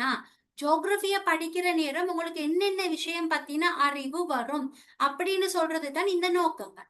ரைட்? அப்ப இதை நீங்க ரீட் பண்ணவான இப்ப நாங்க உட்காண்டா எக்ஸ்பிளைன் பண்ணி கொண்டு போவோம். ஃபர்ஸ்ட் ஒன் பாருங்க, பௌதிக மானிட தரை தோற்றம் அதோட இயல்பு பத்தி நீங்க விளங்கி கொள்ளுவீங்க. உங்களுக்கும் சாதாரணமா ஜியோகிரபி எடுக்காதவங்களுக்குமான வித்தியாசத்தை பாருங்க. ஜியோகிரபின்னு சொல்றது எங்களோட கலந்தது. சரியா? இப்ப அடுத்த சப்ஜெக்ட்ஸ், இப்ப நானும் அடுத்த சப்ஜெக்ட் செஞ்சு தானே இருக்கிறேன். ஏ லெவல்ல நானும் 3 மெயின் சப்ஜெக்ட் செஞ்சேன் தானே. இருந்தாலும் இந்த அடுத்த சப்ஜெக்ட்ஸை விடவும் அல்லது அடுத்த எந்த ஒரு சப்ஜெக்டை விடவும் ஜியோகிரபின்னு சொல்றது மிக நெருக்கம் எங்களோட வாழ்க்கையோட. சரியா? உதாரணத்துக்கு பொலிட்டிக்கல் சயின்ஸ்ன்றது எடுத்தீங்கன்னா அதுல நீங்க பொலிட்டிக்ஸ் அரசியல் சம்பந்தமான விஷயங்களை மட்டும்தான் படிப்பீங்க. அதுல அதைத்தான் ஃபோக்கஸ் பண்ணுவீங்க. பட் ஜியோகிரபின்னு சொல்றது எதை ஃபோக்கஸ் பண்ணுதுன்னு சொன்னா எங்களை சுத்தி உள்ள அத்தனை விஷயத்தையும் பாக்குது. ஜியோகிரபி ஸ்டூடெண்டா நீங்க எப்படி மாறுவீங்கன்னு சொன்னா சுத்தி உள்ள விஷயங்களை ஜியோகிரபிக்கல் பெர்ஸ்பெக்டிவ் புவியியல் பார்வை கொண்டு பார்ப்பீங்க. அதாவது நாங்க சாதாரணமா வீட்டை விட்டு வெளியே போனோம்னு சொன்னா நிலம் இருக்கும். அப்ப நிலம் புவியியலோட சம்பந்தப்பட்டது. விளங்குதா? தூரத்துல ஒரு மலை இருக்கும். மலை ஒரு பௌதிக சூழல். எங்கட ஜியோகிரபில நாங்க மலைய பத்தி படிப்போம். மலை எப்படி உருவாகிச்சுன்னு படிப்போம். விளங்குதா? ஒரு பள்ளத்தாக்கு இருக்குன்னு சொன்னா அந்த பள்ளம் யூ வடிவ பள்ளத்தாக்கா, பி வடிவ பள்ளத்தாக்கா, அந்த பள்ளத்தாக்குல வந்து நதி போற விஷயம், இது எல்லாத்தையுமே நீங்க ஜியோகிரபில தான் படிப்பீங்க. ரைட்? எங்களை சுத்தி உள்ளது. அதை விட இப்ப சாதாரணமா மண், ஒரு பிடி மண்ல வந்து என்னென்ன இருக்கு? மண் நீர் இருக்கு, மண் வளி இருக்கு, மண்ல கனியம் இருக்கு, மண்ல உயிரினம் இருக்கு. சாதாரணமா ஒரு மண் என்ன சொல்ற மண்ட ஒரு பகுதியை எடுத்து பாத்தீங்கன்னு சொன்னா அந்த மண்ல என்னென்ன இருக்குன்னு சொல்றது தொடங்கி அந்த மண்ட படையமைப்பு OABCR அப்படின்ட்டு மண்ட படையமைப்பு வரும். அதெல்லாம் நீங்க ஜியோகிரபில தான் படிக்கிறது. நீங்க சுத்தி தாவரங்களை பார்ப்பீங்க. ரைட்? இப்போ நார்மலா வீட்டுக்கு முன்னுக்கு மரம் அதெல்லாம் இருக்கும். சாதாரணமா நீங்க ஜியோகிரபில என்ன செய்வீங்கன்னு சொன்னா அந்த குறிப்பிட்ட தாவரங்கள் குறிப்பிட்ட மரங்கள் எல்லாம் வந்து நீங்க பிரிப்பீங்க ஜியோகிரபில. இலங்கைன்னு சொன்னா இலங்கையில காடுகளோட வகை படிப்பீங்க. சரியா? இலங்கையில இருக்கக்கூடிய புல்நிலத்தை பத்தி படிப்பீங்க. உலகளாவிய ரீதியில படிப்பீங்க. சரியா? உலகளாவிய ரீதியில உதாரணத்துக்கு இப்ப கனடால என்ன உயிர் பெறும் திணிவு இருக்கு, அங்க எது விசேஷமா இருக்கு, உலகத்துல இருக்கக்கூடிய புல்நிலத்துல எது வந்து அயன புல்நிலம். ரைட்? அயன புல்நிலம்னா அதுக்கான இயல்பு இருக்கு. இப்ப நீங்க ஒரு படம் ஒன்று பாக்குறீங்கன்னா ஒரு புல்நிலம் ஒன்று ஒரு மூவி சாங் வச்சுக்கொள்ளுங்களேன். மூவி சாங்ல புல்நிலம் ஒன்று வருது. ஜியோகிரபி அவ்வளோ இன்ஃப்ளூயன்ஸ் பண்ற ஒரு பாடமே ஒழுங்கா படிச்சீங்கண்டா. இப்ப அந்த புல்நிலத்துல உயரமான மரம் எல்லாம் காட்டப்பட்டு இருக்கு. சாதாரணமா புல்நிலம் வெட்ட வெளியா தானே இருக்கும். புல்லா கிராஸ் இந்த என்ன சொல்ற கிராஸ் அழகா கிரீனிஷா இருக்கும். பட் சில புல்வெளிகள் உயரமான மரத்தோட எல்லாம் இருக்கும். சரியா? அப்படி அடுத்தது நல்லாவே உயரம் கூடிய புட்களா இருக்கும். அப்படின்னு சொன்னா அது என்ன வகையான புல்நிலம்? சரியா? அப்படின்னு சொன்னா அது அயன புல்நிலம். விளங்குதா? அயன வளைய பகுதியில் இருக்கிற புல்நிலம். அதை பார்த்ததுமே உங்களுக்கு தெரிய வரும். ஏன்னா நீங்க ஜியோகிரபி ஸ்டூடெண்ட்ஸ். விளங்குதா? சில புல்நில பகுதியில் இப்ப எங்கட எங்கர் மில்க் பாக்ஸ் எல்லாம் இருக்கு என்ன, அதுல எல்லாம் புல்ற எல்லாம் என்ன எது இருக்கும்? எங்கர் மில்க் பாக்ஸ்ல எல்லாம் கண்டிருப்பீங்க. புல்ற எது மேய்ஞ்சு கொண்டு இருக்கும்?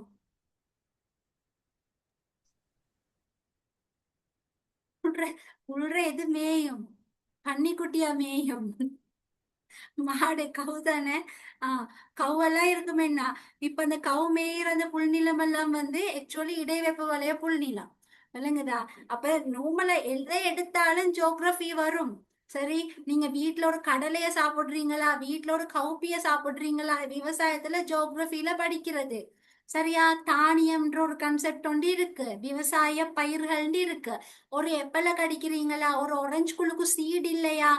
இப்போ ஆரஞ்சுல சில நேரம் சீடு இருக்காது, பார்த்திருப்பீங்க.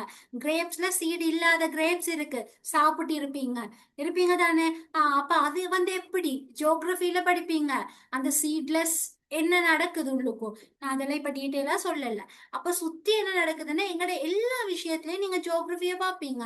ஒரு கட்டடம்டா அதுல ஜியோகிரபி, ஒரு எல்லாமே ஒரு மண் சரிவு உண்டு அதுல ஜியோகிரபி, வெள்ளம்டா அதுல ஜியோகிரபி, அனர்த்தமா இருக்கட்டும், சாப்பிடுறதா இருக்கட்டும், ஒரு சுத்தி உள்ள எல்லாம் நாங்க சுவாசிக்கிற காற்றா இருக்கட்டும். இப்ப எனக்கு மேல இந்த இடத்துல இருக்கிறது வந்து மாறன் மண்டலம் ஜியோகிரபி.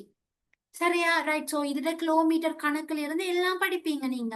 சோ வெரி இன்ட்ரெஸ்டிங்கான பாடம். அதை இன்ட்ரெஸ்டா படிச்சீங்கன்னு சொன்னா அப்ப அதுதான் அதுல நடக்கும். அதுக்கடுத்து பாருங்க, 2வது பாயிண்ட், இயற்கைக்கும் சமூகத்துக்கும் இடையிலான இடைத்தொடர்பு அதோட போக்கு பத்தி படிப்பீங்க. அதைத்தான் இப்ப சொன்னது. இப்போ ஒரு பௌதிக சூழல் இருக்கும், மானிட சூழல் இருக்கும், ரைட்? மானிட சூழல் வந்து பௌதிக சூழல்றதா இருக்கும். ஒரு நிலம் இருக்குன்னா அதுக்கு மேல குடியிருப்பு இருக்கும், ரைட்? அப்ப இது ரெண்டுக்கும் இடையிலான தொடர்பை பத்தி படிப்பீங்க. குடியிருப்புகள் வந்து அதோட உருவாக்கம் படிப்பீங்க. குடியிருப்புண்டா எத்தனை டைப்ஸ் ஆஃப் குடியிருப்பு உலகத்துல இருக்கு. குடியிருப்புகள்டா செட்டில்மெண்ட்ஸ், ஓகே? அதாவது நாங்க குடியிருக்கிற இடங்கள், ஓகே? சோ எத்தனை வகையான குடியிருப்பு இருக்கு, கிராமமா நகரமா, அதோட பேட்டர்ன் என்ன, என்ன நன்மை, கிராமத்துல இருந்து நகரத்துக்கு நிறைய பேர் போறாங்களா, அதோட காரணம் என்ன, நிறைய விஷயம். சரியா? ஒரு விவசாயம்டா, விவசாயம் பத்தின பயிற்சியை நிலத்தை பத்தி படிப்பீங்க, விவசாய பயிர்களை பத்தி படிப்பீங்க, ரைட்? அந்த விவசாய பயிரால எங்களுக்கு நன்மை இருக்கா, சில நேரம் தீமையும் இருக்கு. மரபணு தொழில்நுட்பத்தால உற்பத்தி செய்யற பயிர்களால எங்களுக்கு தீமை இருக்கு, ஈவன் ஸ்கின் கேன்சர் கூட வாருது. அப்படியான நிறைய விஷயம் இருக்கு. ஸோ இதெல்லாம் நீங்க டீட்டெயிலா ஜியோகிரபியில படிப்பீங்க. நாளாந்து உங்களோட வாழ்க்கைக்கு தேவையான எல்லாமே ஜியோகிரபியில இருக்கு. அது மட்டும் இல்ல, அட்வான்ஸான விஷயம் இருக்கு. முக்கியமா இப்ப ஆர்ட்ஸ்ல பொதுவா வந்து கொஞ்சம் டம்ப் பண்ற, ரைட்? ஆர்ட்ஸ் ஸ்ட்ரீம்னு சொன்னா கொஞ்சம் டம்ப் பண்றதானே நார்மல் அடுத்த ஸ்ட்ரீம்ஸை விட. ஸோ அதுக்கே வந்து ஜியோகிரபியில சூப்பரான ஒரு விஷயம் இருக்கு, என்ன, நவீன படவரை கலை. முக்கியமான விஷயம். சரி, ஜியோகிரபியில நீங்க என்ன செய்வீங்கண்டா, சும்மா ஒரு படத்தை படிக்க மாட்டீங்க, ஜிஐஎஸ்ன்னு சொல்ற ஒரு விஷயம் படிப்பீங்க. கம்ப்யூட்டர்ஸ்ல படத்தை உருவாக்குறத பத்தி படிப்பீங்க. ஜிபிஎஸ், இப்போ போன்ல லொகேஷன் எல்லாம் வருது தானே, ஜிபிஎஸ், அதுக்கான ரீசன் வந்து ஜிபிஎஸ். சரி, குளோபல் பொசிஷனிங் சிஸ்டம். ஜிபிஎஸ் பத்தி நீங்க பிராக்டிக்கல் ஜியோகிரபியில படிப்பீங்க. சரியா? இந்த செய்மதிகள் இயங்குறது, ஒரு சுனாமியோ சூறாவளி வாரன்னு சொன்னா முன்னெச்சரிக்கை செய்யறது, அது எல்லாமே ஜியோகிரபியில நீங்க அதோட மாடர்ன் டெக்னாலஜி, நவீன படவரை கலை ஊடாக படிப்பீங்க. சரியா? இதெல்லாம் அட்வான்ஸ் ஆனது. ஜிஐஎஸ் எல்லாம் வந்து யூனிவர்சிட்டியில தனி ஒரு கோர்ஸ். யூனிவர்சிட்டி ஆஃப் பேராதனியால 4 வருஷம் ஒரு தனி டிகிரி இருக்கு, ஜிஐஎஸ் மட்டும். ஜிஐஎஸ் மட்டும் படிக்கிறது. பட் எங்கட ஏ லெவல்ல இருக்கிற எல்லா பாடத்திலையுமே எங்கட ஜியோகிரபியில தான் ஜிஐஎஸ் பத்தின ஒரு பாடமே இருக்கு. சரியா? அதுக்கு டிகிரிக்கு கொடுக்குறாங்க, bachelor of science, BSc degree கொடுக்குறாங்க, அது ஆர்ட்ஸ் டிகிரி கூட இல்லை. ஆனா நாங்க அதை ஜியோகிரபியில ஒரு பாட்டா படிக்கிறோம், ஜிஐஎஸ். எங்களோட எக்ஸாம்ல ஒரு 15 மார்க்ஸ்க்கு கேள்வி வரக்கூடிய பாட்டு அது. சரியா? அப்ப இவ்வளவு விஷயம் நீங்க படிக்கிறது, ஜிஐஎஸ் பேசிக் நீங்க தெரிஞ்சு கொள்ளுவீங்க. அது வந்து இன்ஜினியரிங் ஃபேக்கல்டி, ஈவன் இன்ஜினியர்ஸ் எல்லாம், சிவில் இன்ஜினியர்ஸ் எல்லாம் ஜிஐஎஸ் சாஃப்ட்வேரை யூஸ் பண்ணுவாங்க படம் வரைகிறதுக்கு. நீங்க என்ன செய்றீங்க, உங்களோட ஏ லெவல் ஜியோகிரபி பாடத்திலேயே அதை பத்தின பேசிக் இன்ஃபர்மேஷன் எல்லாம் படிக்கிறீங்க. இந்த சான்ஸ் வேற எதுலயும் கிடைக்காது. சரியா? ஜிஐஎஸ் அந்த பவர் இருக்கு. சோ இந்த மாதிரி நவீன படவரைகளை படிப்பீங்க. அது மட்டும் இல்ல, யூனிவர்சிட்டியில உங்களுக்கு தெரிஞ்சிருக்கா, ரிசர்ச்னு சொல்லி ஒரு விஷயம் இருக்கு. யாருக்கு சரி தெரியுமா? உங்களோட சிஸ்டர்ஸ், உங்களோட பிரதர்ஸ் யாரு சரி யூனிவர்சிட்டி போயிருந்தா அவங்க ரிசர்ச் செய்யறேன்னு சொல்லுவாங்க. ரிசர்ச் தீசிஸ் சப்மிட் பண்ணணும், ரிசர்ச் செய்யறேன்னு சொல்லுவாங்க. ஓகே, சுலேஹாக்கு தெரியும் ரிசர்ச். Okay, right. ஸோ இப்போ நானும் ரிசர்ச் ஒன்று செஞ்சேன். ஸோ ரிசர்ச் அதான் நார்மலாக சொல்லுவாங்க தானே, ஆய்வுகள் செய்யறேன்னு சொல்றது. அது அந்த ரிசர்ச்ட பேசிக் இன்ஃபர்மேஷன் நீங்க ஜியோகிரபியில படிப்பீங்க. ஆக்சுவலி ஒரு ஆய்வு செய்யறேன்னு சொன்னா என்ன மாதிரி செய்யணும், ஒரு ஆய்வுக்கு எப்படி ஆட்களை தெரிவு செய்யற, அதெல்லாம் எந்த அளவுன்னு சொன்னா ஈவன் பிஹெச்டி லெவல்ல உள்ளவங்க எல்லாம் படிக்கிறது இல்ல, ரிசர்ச் தான் செய்யற. பிஹெச்டி எல்லாம் தெரியுமா? ஃபர்ஸ்ட்டுக்கு பேச்சுலர்ஸ் இருக்கு, அடுத்து மாஸ்டர்ஸ், எம்ஃபில், பிஹெச்டி எல்லாம் இருக்கு. அந்த லெவல் உள்ளவங்களுக்கு சிலபஸ் கண்டென்ட் எல்லாம் இல்ல, அவங்க ரிசர்ச் தான் செய்யற, ஆய்வுகள் தான் செய்யற. 2 வருஷம் அந்த மாதிரி ஆய்வுகள் செய்வாங்க, ஏதாவது ஒரு விஷயத்த கண்டுபிடிக்கிறது, ரிசர்ச் பண்றது, ஒரு ப்ராப்ளம, ஒரு கேப்பை ஐடென்டிஃபை பண்றது. ஸோ நீங்க ஜியோகிரபியில என்ன செய்வீங்கன்னு சொன்னா அந்த ரிசர்ச்ட பேசிக் ஃபவுண்டேஷனை படிப்பீங்க. சரியா? இது அவ்வளோ அட்வான்ஸ். இதெல்லாம் யூனிவர்சிட்டியில நீங்க திரும்பவும் ரிப்பீட் பண்ணுவீங்க. இன்ஷால்லா யூனிவர்சிட்டி போனதுக்கு பிறகு நீங்க ரிசர்ச் செய்யறேன்னு சொன்னா கொஞ்சம் நோட்ஸ் எடுத்து பார்ப்பீங்க ஜியோகிரபியில. ஏன்னா ஜியோகிரபியில அதெல்லாம் வருது, சாம்பிளிங் வருது, எப்படி டேட்டா கலெக்ட் பண்றேன்னு வருது ஜியோகிரபியில. சரியா? அப்ப இது ஒரு பவர்ஃபுல்லான ஒரு பாடமே, ரைட்? அந்த மாதிரி. ஸோ என்ன, எனக்கு நல்லா தெரியுமே, நான் யூனிவர்சிட்டியில ரிசர்ச் செஞ்சேன், நான் ஜிஐஎஸ் நான் யூனிவர்சிட்டியில பழகினேன் ஒரு செமஸ்டர் ஃபுல்லா. அப்ப இதுல சரியான யூஸ் எடுக்கலுமே ஜியோகிரபில. அதுக்கடுத்து உயிர் பல்வகைமை எந்த அளவு இது வந்து இம்பார்ட்டன்ட் சொன்னா, உலகத்தில் இருக்கக்கூடிய எல்லா வகையான உயிர் பல்வகைமை, தாவரமா இருக்கட்டும், விலங்குகளா இருக்கட்டும், எல்லாத்தையும் நீங்க ஜியோகிரபில படிப்பீங்க. சரியா? எந்த இடத்துல என்ன தாவரம் வளரும், ஊசி இலை காடு எந்த இடத்துல வளரும், இலையுதிர் காடு எங்க வளரும், ஜென்ரலா இதெல்லாம் ஜியோகிரபி. சரியா? அப்ப மெயின் கான்செப்ட் இதெல்லாம். விலங்குகள், எனிமல்ஸ், என்னென்ன மிருகங்கள் என்னென்ன மாதிரியான வளையத்துல வளரும், இதெல்லாம் எவ்வளவு இன்ட்ரெஸ்டான ஒரு விஷயம். ஓகே, அது ஜியோகிரபில படிப்பீங்க. அடுத்து பாருங்க, வாழ்வின் சவால் மிக்க சந்தர்ப்பங்களை வெற்றி கொள்வதற்கான உயிர்காப்பு திறன்களை வளர்த்தல். அனர்த்தங்கள்னு சொல்ற ஒரு பாடம் இருக்கு ஜியோகிரபில. 10 அனர்த்தம் படிப்பீங்க. அந்த 10 அனர்த்தத்திலையுமே என்ன செய்யறேன்னு சொன்னா, இப்போ ஒரு வச்சுக்கொள்ளுங்களேன், சுனாமி. ரைட்? அப்ப சுனாமின்னு சொல்ற ஒரு அனர்த்தம் எங்களுக்கு தெரியும். 2004ஆம் ஆண்டு சுனாமி வந்தது. கிட்டத்தட்ட 35,000க்கு மேல எங்களோட மக்கள் இறந்தாங்க. சரி, அது தெரியும் தானே சுனாமி. ரைட். அப்ப இந்த சுனாமின்ற ஒரு அனர்த்தத்தை மட்டும் எடுத்தீங்கன்னா, இந்த அனர்த்தம் எப்படி உருவாகிறதுல இருந்து, இந்த அனர்த்தத்தில இருந்து நாங்க பாதுகாத்து கொள்றதுக்கு என்ன நடவடிக்கை எடுக்கலாம், உலகத்துல இந்த அனர்த்தங்களால எப்படியான பாதிப்பு நடந்திருக்குன்னு ஒரு பெரிய ஜெனரல் நாலேஜே உங்களுக்கு கிடைக்கும். நான் சொன்னது சுனாமிய மட்டும். எல்லாமே இருக்கு. இடிமின்னலா, வறட்சியா, வெள்ளமா, ரைட், பனிமலை சரிவா, எல்லாமே, புவிநடுக்கம், எல்லாம் 10 வகையான அனர்த்தம் முக்கியமானது. அதெல்லாம் பத்தி படிக்கிற நேரம் உங்களுக்கு ஒரு அவேர்னஸ் கொண்டு வரும். ரைட்? ஈவன் நீங்க ஜப்பான் போன்ற நாடுகள்ல கேள்விப்பட்டிருப்பீங்க. பொதுவா என்ன நடக்கும், அடிக்கடி புவிநடுக்கம் நடக்கும். மெக்ஸ் வரும் நிஷா, நான் அதை சொல்றேனே. மெக்ஸ்னா பெரிய மெக்ஸ் இல்ல, பிராக்டிக்கல் ஜியோகிரபில வரைஃப் எல்லாம் வரும், கிராஃப் எல்லாம் போடுறதெல்லாம் வரும். சரி, அது கட்டாயமான கேள்வி இல்ல. அது நீங்க பிராக்டிஸ் பண்ற நேரம் உங்களுக்கு ஈஸியா இருந்ததுன்னா அதை நீங்க ஃபைனல் எக்ஸாம்ல செய்யலாம். அப்படி இல்ல அடுத்த கொஸ்டின்ஸும் இருக்கு, அதெல்லாம் நாங்க பிறகு பேசுவோம். சரியா? கிராஃப் அந்த இதெல்லாம் பாப்பீங்க. இடை காண்றது, சராசரி காண்றது, ஆகாரம் நினைவிருக்கா? ஆகாரம் சொல்றது, இடை, சராசரி, அந்த மாதிரியான சின்ன சின்ன இது இருக்கு. அந்த கண்டென்ட் வந்து கிரேட் 13ல வரும். சரியா? உங்களுக்கு வந்து 12 வாரில 13. சரி, ரைட். சோ இந்த மாதிரியான விஷயம். அப்ப ஒரு ஒரு புவிநடுக்கம்டா, புவிநடுக்கம் நேரம் நாங்க என்ன செய்யணும், அந்த நாலேஜ் எல்லாம் வந்து நீங்க ஜியோகிரபில படிப்பீங்க. சோ இது ரியல் லைஃப்க்கும் யூஸ்ஃபுல்லான விஷயம். கடைசியா வேலை உலகு, அதுல நீங்க பங்கு பற்றுவதற்கான திறன்களை வளர்த்து கொள்ளுவீங்க. ஓவராலா இது எல்லாத்தையும் படிக்கிற நீங்க நல்ல என்ன பெரிய ஒரு நாலேஜ் கண்டென்ட்டோட இருப்பீங்க. உங்களுக்கு வந்து உலகத்தில் உள்ள அப்டேட்ஸ் வந்து தெரியும். சரியா? இப்ப ஒரு பார்ட் ஒரு பார்ட் மட்டும் இல்ல. சரியா? இப்ப இ காமர்ஸ் எல்லாம் வரும், பூக்கோளமயமாக்கன்ற ஒரு பாடம் இருக்கு. அதுல வந்து நீங்க இதெல்லாம் படிப்பீங்க. இப்ப என்ன சொல்ற, அலிபாபான்னு சொல்ற, அலி எக்ஸ்பிரஸ்னு சொல்றது, ஈபேன்னு சொல்றது, நார்மலா தெரியும் தானே, அமேசான் சொல்றது.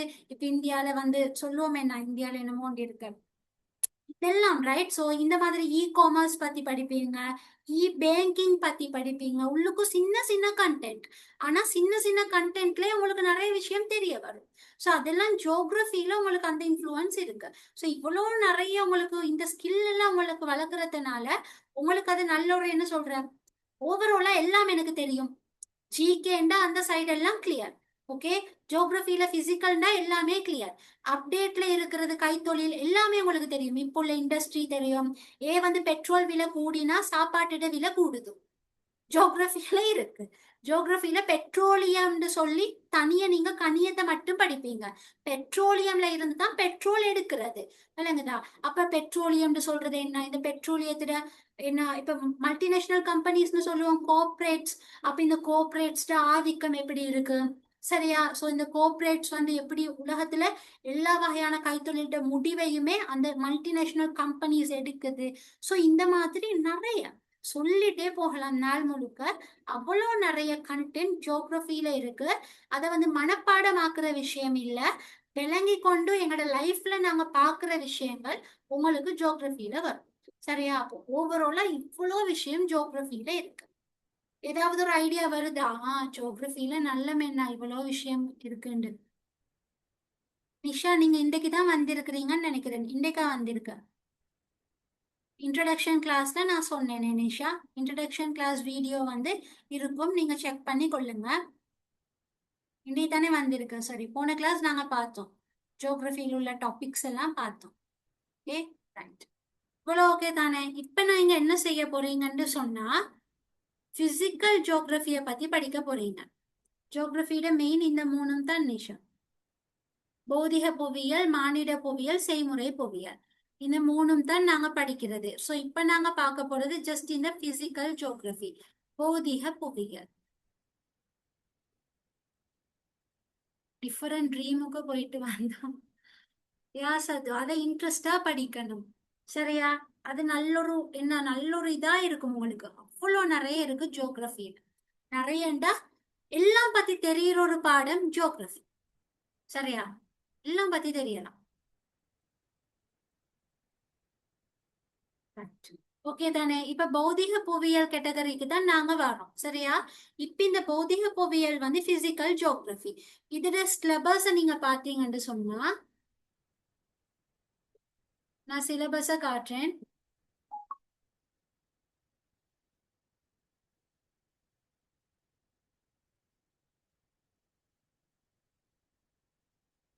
இது பாருங்க, இது வந்து பிசிக்கல் ஜியோகிரபி மட்டும்.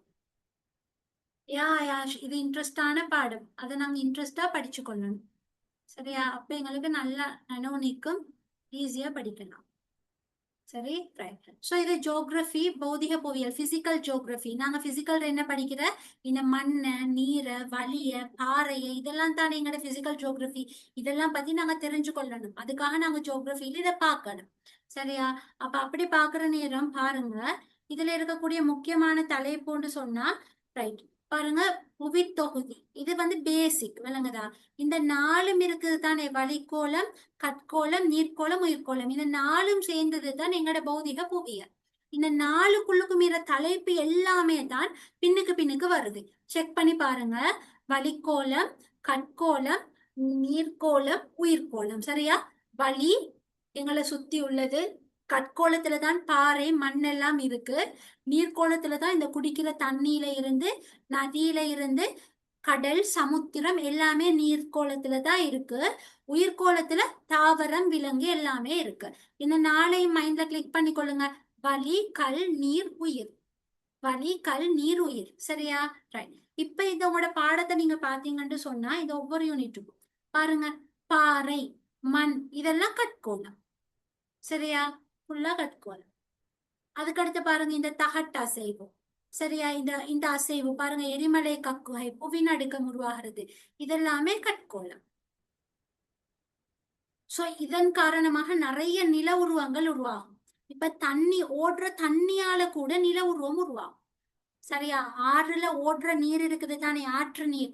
ஆற்று நீர் வந்து சில இடத்துல பட்டு பட்டு பட்டு நில உருவத்தை உருவாக்கும்.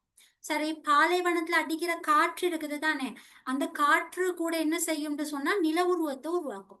நில உருவங்கள், ரைட், சில பாறைகளை எல்லாம் உருவாக்கும். சின்ன சின்ன தூசெல்லாம் சேர்த்து சேர்த்து சேர்த்து நில உருவமாக மாற்றும். இந்த மாதிரியாக நில உருவத்தை உருவாக்குறது எல்லாம் நீங்க ஜியோகிரபியில படிப்பீங்க. சரியா? இப்போ ஒரு டெசர்ட்ல அழகான ஒரு இது ஒன்று இருக்கு, ஒரு கடல்ற வந்து பெரிய ஒரு அழகான பாறை இருக்கு, போட்டோஸ் எல்லாம் நான் காட்டுவேன். அதெல்லாம் வந்து என்னன்னா நில உருவத்தை உருவாக்குற விஷயம். சரியா? அடுத்தது வானிலை, காலநிலை. பாருங்க, இது வளிக்கோளம். வளிக்கோளம், நீர்க்கோளம், கட்கோளம், உயிர்கோளம் தானே.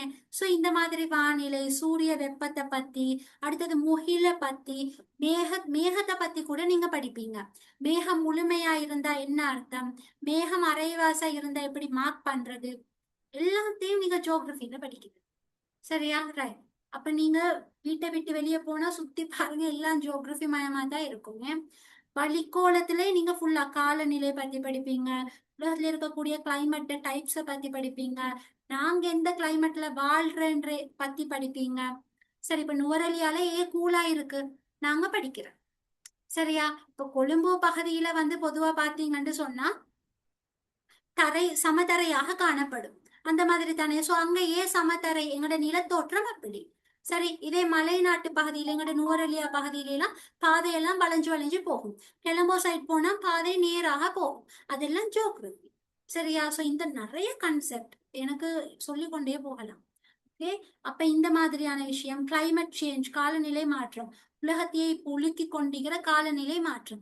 மழை பெய்யுற இடத்துல வெயில் அடிக்குது, வெயில் அடிக்க வேண்டிய நேரத்துல மழை பெய்யுது, ஃபுல்லா கிளைமேட் சேஞ்ச். இத பத்தி நீங்க டீட்டெயிலா படிப்பீங்க. ஏன் இது உருவாகுது, இது உருவாகிறதால என்ன நடக்குது, அடுத்த உலக நாடெல்லாம் என்ன செய்யறாங்க, ரைட்? ஏன் என்ன மாதிரியான விஷயம் இங்க நடக்குது, விளங்குதா? சோ அப்டேட், கரண்ட் அப்டேட் இப்ப லைஃப்ல முக்கியம். இப்ப எல்னினோ வந்துன்னு சொல்லி ஆர்டிகல்ஸ் எல்லாம் வெளியாகிச்சு, கவனிச்சீங்களா? திடீர்னு சொல்லி அதிக வெப்பம். சோ இந்த வெப்பம்லயும் விஷயம் இருக்கு, அதையும் நீங்க ஜியோகிரபில படிப்பீங்க.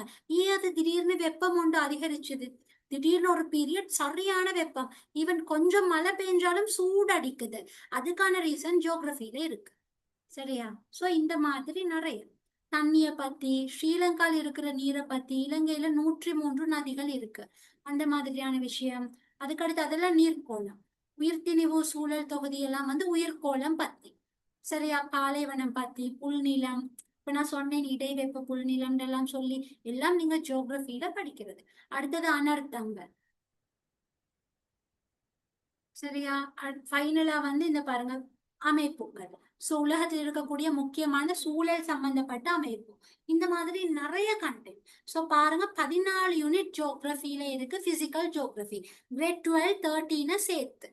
சரியா? 12 13 2 வருஷமும் பிசிக்கல் ஜியோகிரபின்னு இதை பத்தி நல்ல ஒரு நாலேஜ் எடுப்பீங்க. சரி, இது மனப்பாடமாக்குற பாடம் கிளாஸ் இல்ல, சில வேர்ட் மனப்பாடமாக்க வேண்டி வரும், அது அந்த நேரம் சொல்றேன், மத்தபடி இது ஸ்மூத்தான ஒரு பாடம்.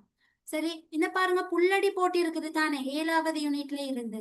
சோ 7 யூனிட் வந்து உங்களுக்கு கிரேட் 12 உள்ள பாடம், 7 யூனிட் உங்களுக்கு 13ல உள்ள பாடம். சரியா? இந்த புல்லடி போட்டி இருக்கிறது வந்து 14, மொத்தமா 14 தானே, 7 மேல 7 கீழே. 7 மேல உள்ளது கிரேட் 12, 7 கீழே உள்ளது கிரேட் 13. அதுக்கு தான் அந்த புல்லடி போட்டு டிஃபரன்ஷியேட் பண்ணி இருக்கு. சரியா? சோ இதுதான் நீங்க பிசிக்கல் ஜியோகிரபில படிக்கிற முழு கண்டென்ட்.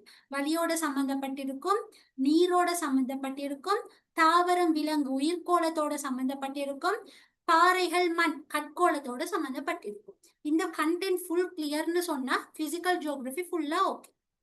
ஓகே, நான் பிசிக்கல் ஜியோகிரபியை மட்டும் தானே இன்னைக்கு சொல்றது, அதனால பிசிக்கல் ஜியோகிரபிக்கு இவ்வளவு அறிவு உங்களுக்கு போதும். சரியா? ரைட், இதுதான் சொன்னது. போதிக புவியிட பின்வரும் தொகுதிகள் இருக்கு: கட்கோளம், நீர்க்கோளம், வளிக்கோளம், உயிர்கோளம். இந்த 4ம் வந்து மிக முக்கியம். இதை வந்து கிளீன் அண்ட் கிளியரா விளங்கி கொள்ளணும். இதை நாங்க ஸ்டெப் பை ஸ்டெப்பா படிப்போம். அதுக்கு இங்க பிக்கும் போதும். இங்க பாருங்க, மேல உள்ள வளிக்கோளம் இருக்கு, இந்த நீர்க்கோளம் இருக்கு, பாறை கோளம் தான் கட்கோளம். சரி, இந்த வளி நீர்க்கல் இதெல்லாம் சேர்த்துதான் உயிர்கோளம் இயங்குது. உயிர்கோளத்தை நாங்க சென்டர்ல போட்டுற என்று சொன்ன தாவரம் விலங்கு எல்லாத்துக்குமே இது தேவைதானே. இப்ப முடியும் டான்ஸிங், இன்னும் ஒரு 5 மினிட்ஸ்ல முடியும், 5 to 10 மினிட்ஸ். ஓகே, சோ இந்த உயிர்கோளம் வந்து சென்டர்ல போட்டிருக்கு என்று சொன்னா, தாவரத்துக்கு வழி தேவை, தாவரத்துக்கு நீர் தேவை, தாவரம் வளர்றதுக்கு மண் தேவை. சரியா? விலங்குகளுக்கும் எல்லாமே தேவை. எங்களுக்கு வளிக்கோளம் தேவை. ரைட், கவரேஜ் இஷ்யூ இருக்கா டான்ஸி? வளிக்கோளம் வந்து எங்களுக்கு சுவாசிக்கிறதுக்கு தேவை, நீர்க்கோளம் வந்து எங்களோட குடிநீருக்கு தேவை, கட்கோளம் வந்து நாங்க இருக்கிறதுக்கு எங்களோட குடியிருப்பு அமைக்கிறதுக்கு தேவை. அதனால உயிர்கோளம் வந்து சென்டர். உயிர்கோளம் வந்து அடுத்த கோளம் எல்லாத்துலயும் இருந்து யூஸ் எடுத்துக்கொள்ளும், பயனை எடுத்துக்கொள்ளும். சரியா? அதுதான் இங்க தந்திரு. அதுக்கடுத்து பாருங்க, பௌதிக புவியலின் உப பிரிவு. இது உங்களுக்கு MCQல கொஸ்டின் கேட்கலாம், அப்படி இல்லைன்னா பார்ட் 2ல 2 மார்க்ஸ் கொஸ்டின் கேட்கலாம். 2 மார்க்ஸ்க்கு கொஸ்டின் இருக்கு, நாங்க அதை அடுத்தடுத்த கிளாஸ் வந்து பார்ப்போம். 2 மார்க்ஸ் கொஸ்டின் கேட்கலாம். சும்மா பௌதிக புவியலின் உப பிரிவுகள் 4 குறிப்பிடுக. இது என்னன்னு சொன்னா, இது ஒவ்வொரு தலைப்பும் பாருங்க, நீரியல், மண் புவியியல், காலநிலையல்னு சொல்லி ஒரு பெரிய பெரிய தலைப்பு. இது எல்லாமே வந்து ஜியோகிரபியில பெரிய தலைப்பு. எங்கட 12 13 எங்கட A-லெவல்ல நாங்க சின்ன சின்ன சின்ன பாட்டா படிக்கிறது. சரி, இது பெரிய தலைப்பு. இது எவ்வளவு பெருசுன்னு சொன்னா, யூனிவர்சிட்டியில எல்லாம் வந்து இந்த கிளைமேட்டாலஜி இருக்கு என்ன, காலநிலையியல், இது நான் ஃபுல்லா படிச்சுக்கிறேன் ஒரு செமஸ்டர். அதாவது அரை வருஷம் யூனிவர்சிட்டியில 2 செமஸ்டர் இருக்கு. ஓ லெவல்ற first term, second term, third term, O level இல்ல ஸ்கூல்ல வந்து டேர்ம் 3 தானே இருக்கு ஒரு வருஷத்துக்கு. First term, second term, third term. யூனிவர்சிட்டியில வந்து ஃபர்ஸ்ட் செமஸ்டர், செகண்ட் செமஸ்டர்னு 2 செமஸ்டர் இருக்கு. சரியா? இந்த காலநிலையியல் சொல்ற தலைப்பை மட்டும் ஒரு செமஸ்டருக்கு ஃபுல்லா படிச்சிருக்கு. அவ்வளோ பெரிய பாடம் இது. ஆனா எங்கட ஏ லெவல் ஜியோகிரபியில பிஞ்ச் கொஞ்சம் கொஞ்சம் கொஞ்சம் எடுத்து எடுத்து எங்களுக்கு தந்திருக்கு. அதை மட்டும் பார்த்தா போதும். அதே மாதிரி நீரியல், ஹைட்ரோலஜி பெரிய பெரிய பார்ட். ஓகே, உயிரின புவியியல், மண் புவியியல் இதெல்லாம் பெரிய பார்ட். அதனாலதான் உபப்பிரிவு ஒன்று தந்திருக்கு.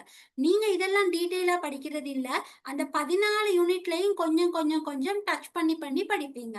இதை படிச்சீங்கன்னு சொன்னா பெரிய ஒரு நாலேஜ் கிடைக்கும். இந்த பார்ட்ல எல்லாம் சுருக்கமான விஷயங்கள் தான் நம்மளோட ஏ லெவல் ஜியோகிரபியில போட்டிருக்கு. சரி, அப்ப பௌதிக புவியியலின் உபப்பிரிவுகள் 4 குறிப்பிடுக, 2 குறிப்பிடுகன்னு கேட்டாங்கன்னு சொன்னா காலநிலை, நீர், மண், உயிரினம் இந்த மாதிரி ஏதாவது நினைவு வச்சுக்கொண்டு சொன்னீங்கன்னா போதும். அதுதான் இதில் உள்ள விஷயமே. அதுக்கு அடுத்து அப்ப இது பௌதிக புவியியல்ட உபப்பிரிவு. அதுக்கு அடுத்து அதோட தொகுதிகள் வந்து கட்கோளம், நீர்க்கோளம், வளிக்கோளம், உயிர்கோளம். அதுதானே? சோ இப்ப இதுக்கு ஆன்சர் பண்ணுங்க. புவி ஒழுங்கின் உப ஒழுங்குகள் ஆவன. என்னவா இருக்கும்?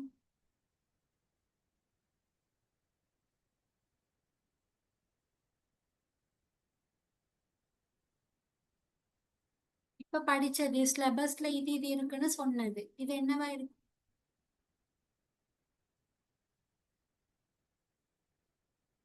ஓகே, யா ஷஃபா, எஸ் அது இப்பதானே படிச்சோம். சரியா? உஃப ஒழுங்குண்டு பார்த்தா கன்ஃபியூஸ் ஆகிடப்படாது. அது பிராக்டிஸ் எடுக்க எடுக்க தான் வரும். சரியா? சோ இவங்க வந்து இந்த பிரதானமான கோலங்களை கேட்கிறாங்க. கட்கோளம், உயிர்கோளம், வளிக்கோளம், நீர்க்கோளம். பாருங்க, வலிக்கு கோலம் போட்டாம மண்டலம் போட்டிருக்கு. நாங்க கன்ஃபியூஸ் ஆகிடப்படாது. சரியா? இந்த இடத்துல படை மண்டலம், மாறன் மண்டலம், புற மண்டலம், அயன் மண்டலம் தந்திருக்கேன்னா இதெல்லாம் வந்து பில. இதெல்லாம் எதுக்கு இதுனா cross போட்டி இருக்கிறது எதுக்கு வரும்னா வளிக்கோளத்துக்கு வரும். நாங்க வளிக்கோளம் படிக்கிற நேரம் அதை பார்ப்போம். சரி, அது வளிக்கோளத்துக்குள்ளுக்கு வரக்கூடிய படைகள். வளிக்கோளன் மாறன், படை, இடை, வெப்பண்டு பிரிக்கப்படுது. அதுக்குத்தான் அது. சரியா? அப்ப புவி ஒழுங்கின் உப ஒழுங்குகள் கட்கோளம், நீர்க்கோளம், வளிக்கோளம், உயிர்கோளம். இந்த 4 ஆன்சரும் தான். உங்களோட ஆன்சர்ஸ் குட் நதா. எஸ் ரித்து. சரி,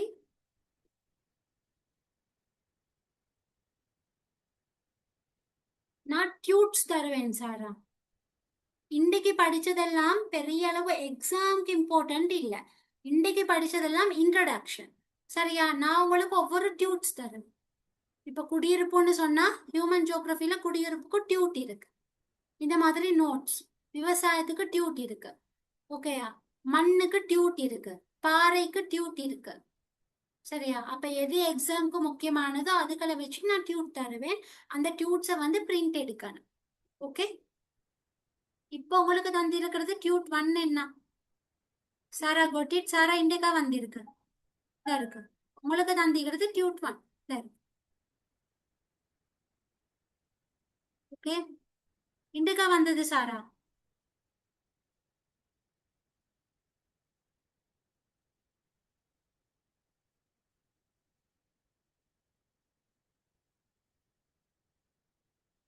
சரி, சமரியும் கேள்வியும் கேட்கிறது. டியூட் இருக்குன்னு சொன்னேன் என்ன? ஓகே, ஆன்சர் பண்ணுங்க. ஜியோகிரபி எனும் சொல் எந்த மொழிச்சொல்?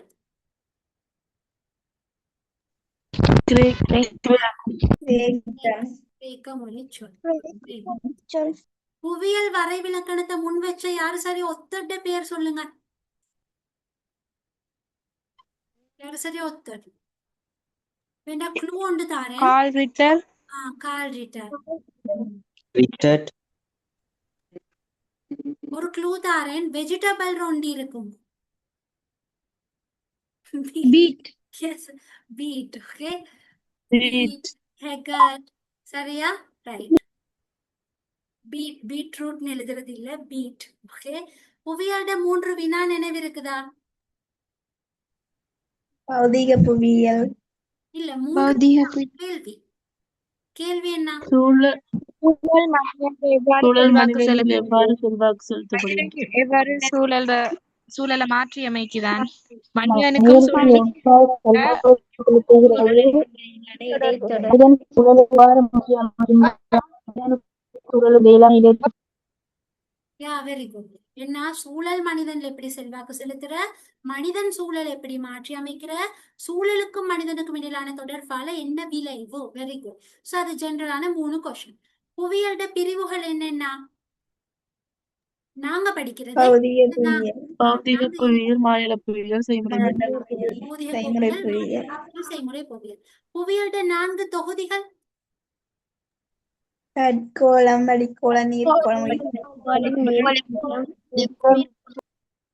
யா, கட்கோளம், வளைக்கோளம், நீர்க்கோளம், உயிர்க்கோளம். பௌதீக புவியியலின் உபப்பிரிவுகள் நீர், மண், காலநிலை, அதாவது காலநிலையியல். அந்த பெரிய பாடம்னு சொன்னேன். என்ன இப்ப என்ன யூனிவர்சிட்டியில எல்லாம் பெரிய பெரிய பாடமா நீங்க படிக்கிறேன்னு சொன்னேன். அது நீரியல், காலநிலையியல், மண் புவியியல், அது பௌதிக புவியியலின் உபப்பிரிவு. கிளியரா?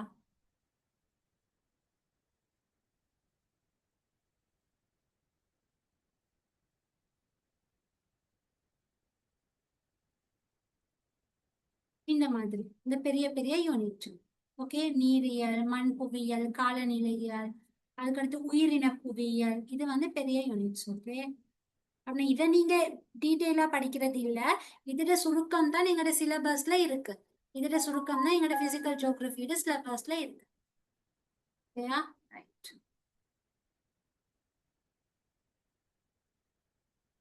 Okay, right. அப்ப என்ன செய்யுங்கன்னு சொன்னா, நீங்க கிளாஸ்க்கு ஜாயின் பண்ணிக்கொள்ளலாம். நெக்ஸ்ட் டியூஸ்டேல இருந்து பெய்ட் கிளாஸ் போகுது. இந்த சேனல் வந்து ஜியோவித் ஷம்லா நசீர்னு சொல்ற என்ன யூடியூப் சேனல் இருக்குது. அதுல போய் செக் பண்ணி பார்க்கலாம். இந்த இது வந்து இருக்கு என்ன டியூஸ்டே நடந்த கிளாஸ்ட ரெக்கார்டிங் இருக்கு. யாரும் சரி மிஸ் பண்ணி இருந்தா அதுல போய் பாருங்க. இந்த கிளாஸ் ரெக்கார்டிங்கே நான் யூடியூப்ல போடுவேன், போய் செக் பண்ணி கொள்ளுங்க. சரி, பெய்ட் கிளாஸ் டீட்டெயில்ஸை நான் என் குரூப்ல வந்து சொல்றேன். என் கான்டாக்ட் நம்பர் மார்க் பண்ணி கொள்ளுங்க தெரியாதவங்க.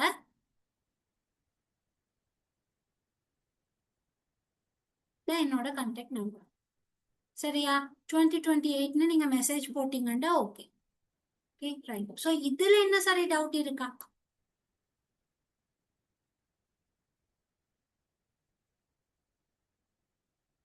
இதுல என்ன சரி டவுட்? No teacher, full சொல்லுங்க. No doubts.